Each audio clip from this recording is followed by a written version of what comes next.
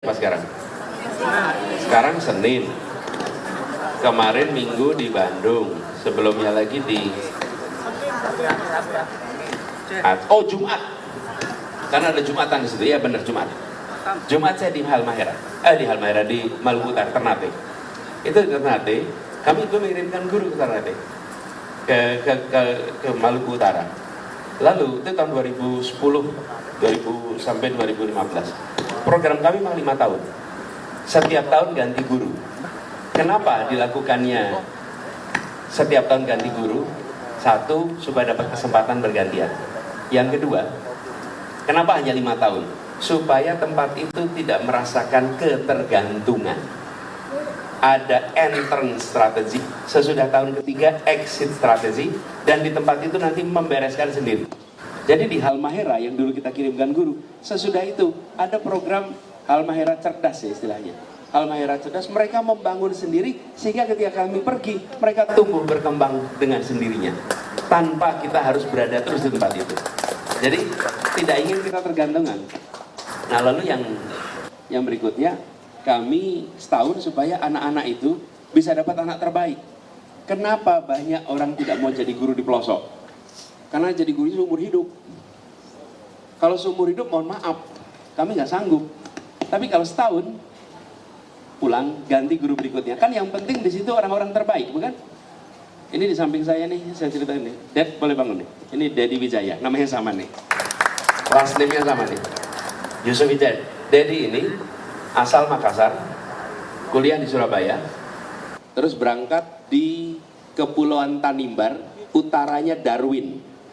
Tidak ada listrik, tidak ada sinyal telepon selama 1 tahun. Di tempat itu terbang kira-kira 1 malam dari Ambon, lalu sampai Saumlake ya. Dari Saumlake ke pulaunya Dedi, 2 hari pakai kapal. 2 hari lebih lama daripada ke London. Sampai di situ dia tinggal selama 1 tahun. Dan apa yang dikerjakan Dedi di sana itu membekas lama di kawasan Kepulauan Tanimbar. Lalu Dedi kembali sudah setahun kembali, dia meneruskan master di Inggris dan kemudian kembali lagi bekerja di perbankan dan akhirnya sekarang bantu kita untuk program pemenangan kita semua. Nah yang seperti Dedi ini, apa sih tujuannya? Indonesia Mengajar itu melatih kepemimpinan. Kita akan punya seperti Dedi banyak sekali. Apa sih cirinya? Kompetensinya world class, hatinya grassroots. Itu yang tidak dimiliki banyak orang. Yang sering kita miliki kompetisinya world class, tidak tahu grassroots. Tom nih, nggak tahu grassroots nih. Amerika kecil.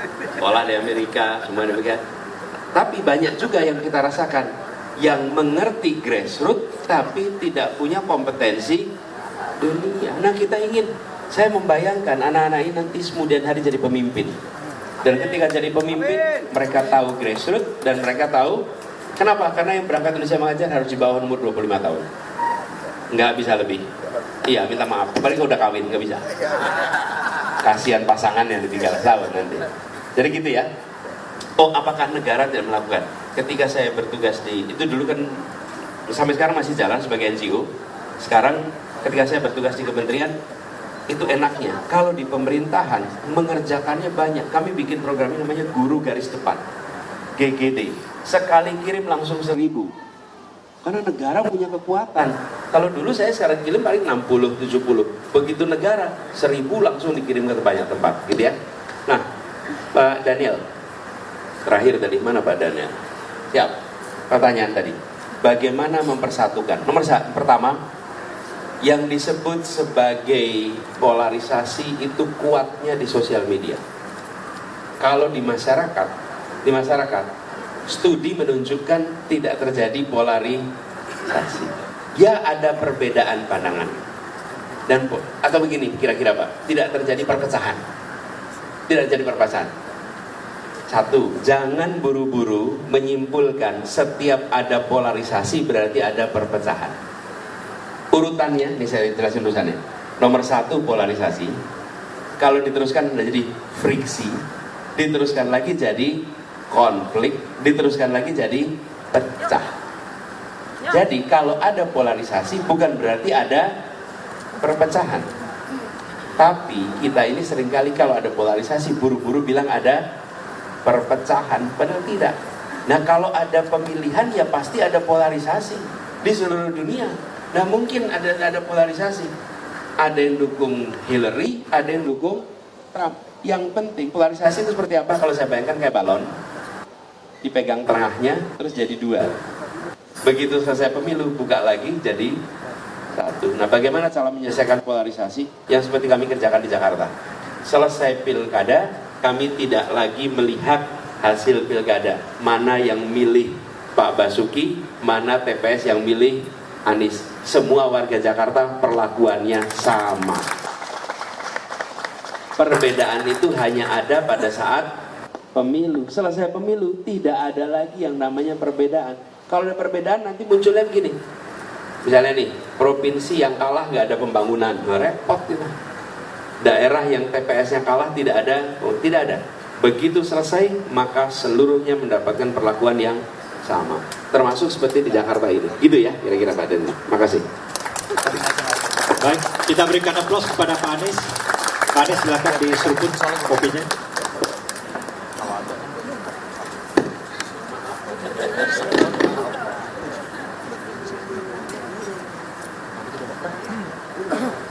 Minta maaf buat yang menonton.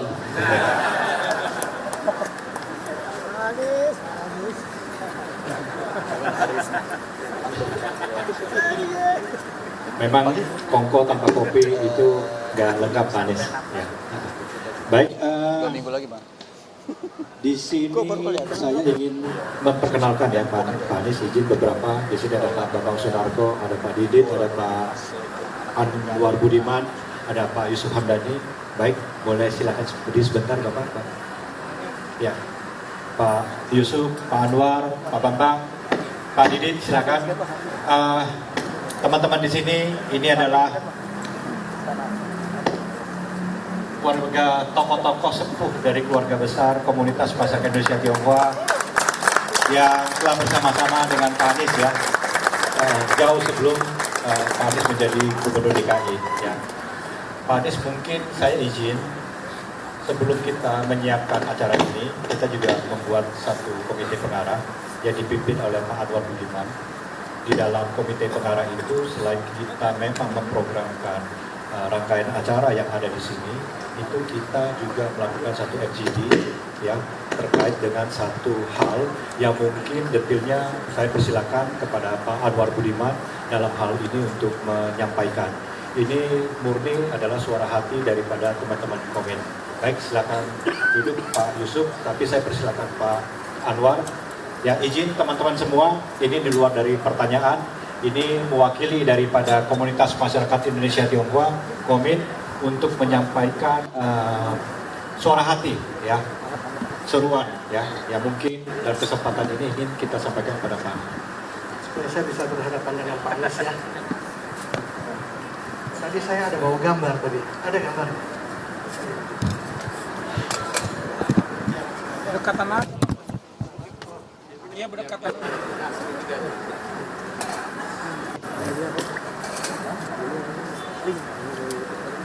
Ya Pak Anies, kami dari saya Anwar Budiman dari Komit ada sedikit titipan kepada Pak Anies. Apabila Pak Anies nanti terpilih sebagai presiden, dan saya yakin dan titipan ini tidak saya titipkan kepada yang lain, hanya kepada Pak Anies. Apabila terpilih sebagai presiden, kami dengan apa yang kami riset kecil-kecilan, kami ingin mengusulkan Pak Bapak Kiai Haji Abdul Rahman Wahid Gus Dur agar bisa dijadikan sebagai pahlawan nasional. Selain itu tentunya agar tujuan ini bisa dijalankan oleh Pak Anies, kami selalu mendoakan semoga Pak Anies mendapatkan amanah dari seluruh rakyat Indonesia.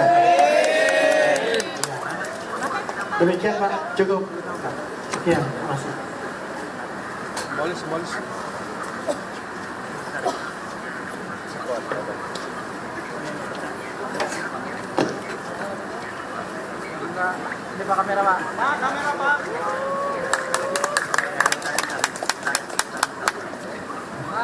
Dengan ini saya Anwar Budiman dari Komit menyampaikan usulan kepada calon presiden kita Bapak Anies Rashid Baswedan agar Bapak Gus Dur Abdurrahman Wahid dapat dijadikan sebagai pahlawan nasional.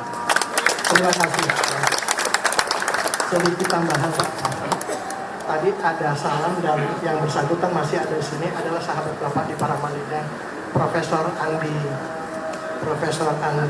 Mukti ya Pak ya. Profesor Andi Faisal Mukti dari pagi sudah ini ya. Ya, dapat salam dari Prof. Terima kasih Pak. Terima kasih Pak.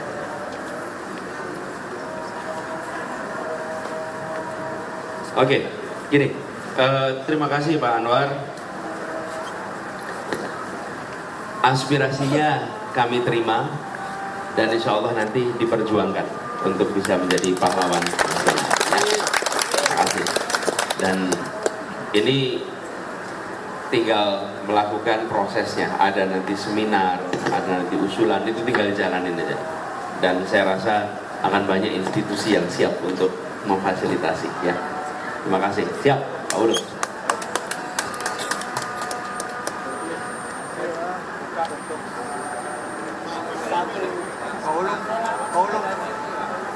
Baik, satu penanya terakhir. Pak Ulung. Mike. Ya, satu penanya terakhir.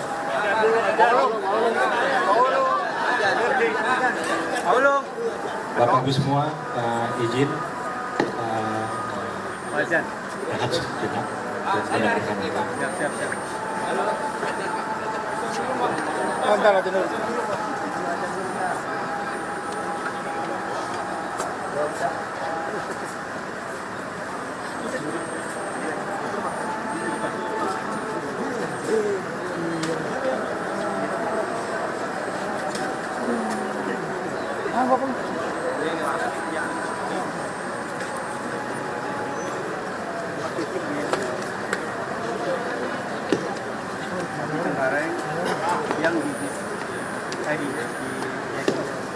Oke, yuk kita bisa mulai lagi.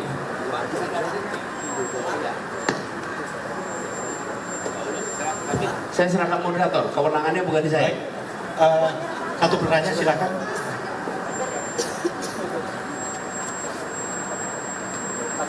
Assalamualaikum warahmatullahi wabarakatuh. Shalom. Nama saya Pendeta Frans Immanuel Saragi, Pak. Ya. Saya dari Perhimpunan Aktivis 98. Saya ingin menyampaikan, Pak, bahwa cukup banyak aktivis 98, Pak, yang berjuang untuk Bapak. Dan kami siap untuk memenangkan Bapak. Dan sebagai warga Jakarta, selama Bapak memimpin, saya sebagai seorang rohaniawan juga merasa bahagia, Pak. Merasa bahagia, merasa nyaman selama Bapak memimpin di kota Jakarta. Mudah-mudahan itu bisa ditularkan ke tingkat nasional.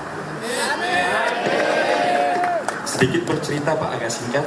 Saya dari SD, TK lah, bahkan sampai kuliah, itu berada di perguruan Katolik.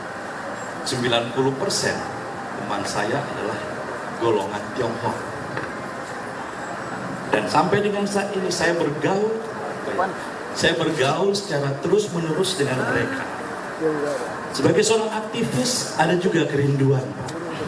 Ada juga kerinduan, dan juga sebagai seorang rohaniawan, Bapak begitu merangkul semua golongan. Boleh tidak, Pak?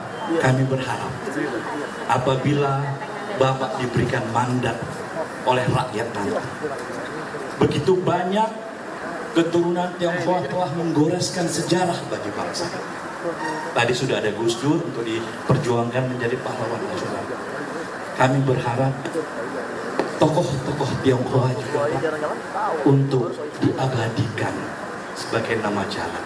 Karena mereka juga sudah berbuat bagi Republik Indonesia. Itulah harapan kami. Terima kasih, selamat malam. Terima kasih Pendeta Frans. Pak Pendeta Frans Immanuel Saragi. Terima kasih. Tentu Pak, jadi sebenarnya banyak pribadi-pribadi berjasa yang mereka itu berpulang sesudah era 80-an. Sementara penamaan jalan kita berhenti sampai 80-an. Jadi banyak orang-orang yang punya jasa di era kemerdekaan, tapi mereka diberi umur panjang. Karena umur panjang, mereka baru wafat tahun 80-an ke atas. Nah ini yang pada belum dapat apresiasi nih. Yang sudah dapat apresiasi itu yang meninggalnya 80-an ke bawah. Kenapa? Saya menyaksikan di Jakarta, dan kami waktu itu memperhitungkan banyak, termasuk pada waktu itu kami itu akan memberikan nama John Lee untuk jalan di Kelapa Gading. Tapi waktu itu karena ada pandemi, ada penundaan, akhirnya kita tidak laksanakan. Dan di masa masyarakat sedang merasakan situasi yang sedang sulit, penggantian itu kan punya konsekuensi pada warga. Tapi ya, kami, dan by the way, saya termasuk salah satu pengusung dijadikannya John Lee sebagai pahlawan nasional. Jadi waktu itu sekitar tahun 2010 bersama dengan pamannya Pak Tom Lembong, Pak Edi Lembong, mendiang Pak Edi Lembong. Nah, jadi setuju Pak Franz supaya diakomodasi. Will do, nanti akan dilakukan. Bapak Ibu sekalian, sebelum nanti tutup ini karena kita waktu yang menjadi kendala. Inginnya selalu kalau ada desak itu Pak, rasanya nggak kepengen berakhir. Kecuali yang didesak Pak. Didesak terus. Nggak, saya juga menikmati. Bapak sekalian, sebenarnya kalau kita melihat yang paling banyak berpikir dan yang paling banyak belajar adalah yang ditanya. Bukan yang bertanya. Saya yang paling banyak mendapatkan masukan kalau ada acara-acara seperti ini. Nah, sebelum kita akhiri, saya ingin cerita sedikit. Kawasan Pancoran ini gapura kemarin kita buat. Tapi sebenarnya ke depan mudah-mudahan nanti bisa dikembangkan lebih jauh. Nah, ini ada rencana yang ingin kita laksanakan. Minta maaf, ini hanya satu sisi. Nanti kita kalau bikin 2 sisi ya, biar dua-dua bisa lihat. Nanti saya kasih gilirannya. Jadi kita berharap nanti sekarang revitalisasi gapura itu dituntaskan. Ini Pak Bambang, revitalisasi gapura. Kemudian kita berharap nanti kita bangun pusat kuliner khas pecinan. Lalu revitalisasi kelenteng. Lalu halal hawker center. Kita siapin di situ. Lalu kita ingin rencana bangun museum peranakan, bangun public space di situ, dan melakukan konservasi bangunan bersejarah yang ada di kawasan ini. Lalu kita ingin pastikan ada kawasan-kawasan yang menjadi semacam mural street. Ini kira-kira gambarannya. Jadi Bapak sekalian, ini sebuah rencana. Nanti bila kewenangan itu diberikan, maka kami akan laksanakan rencana ini di kawasan ini. Jadi ya, ini tadi disampaikan ini dengan Pak Yusuf, Pak Anwar, Pak Bambang, dan lain-lain, Pak Didi, semuanya kita bekerja bersama cukup lama. Selama sejak kami bertugas itu kerjasama terus. Nah, kami ingin agar pola ini nanti kita teruskan di skala nasional ketika kewenangan itu diberikan. Dan harapannya yang tadi disampaikan Pak Daniel, suasana tenang, teduh, aman, damai itu terjadi. Saya ingin sampaikan sedikit ini penutup. Tenang, teduh, damai itu kerjanya di belakang layar. Tidak kelihatan. Hari ini kita menikmati lampu yang terang, yang nyaman. Di balik lampu yang terang ini ada ribuan orang bekerja di pembangkit listrik sampai jaringan listrik, sampai memastikan jaringan ini berjalan dengan baik. Orang-orang itu semua tidak pernah ada dalam pikiran kita ketika lampu itu nyala. Jarang kita menyalakan AC sambil bilang terima kasih PLN, nggak pernah. Ketika lampu baik nggak ada yang bilang terima kasih PLN. Tapi kalau lampu mati, wih, nomor paling kita apal nomornya PLN. Saya merasakan seperti itu. Ketika kita membangun suasana kota yang tenang, teduh, damai, nggak kelihatan bahwa di belakang itu ada komunikasi yang dijalankan terus. Setiap ada potensi friksi dipadamkan sebelum membesar. Kan yang namanya konflik ramai itu ketika udah jadi gede. Ketika masih bibit, ditangani, diselesaikan sebelum jadi besar. Sehingga kota itu tenang. Jangankan kota, suami istri aja ada konflik. Di kota ini banyak sekali potensi konflik yang diselesaikan sebelum jadi konflik.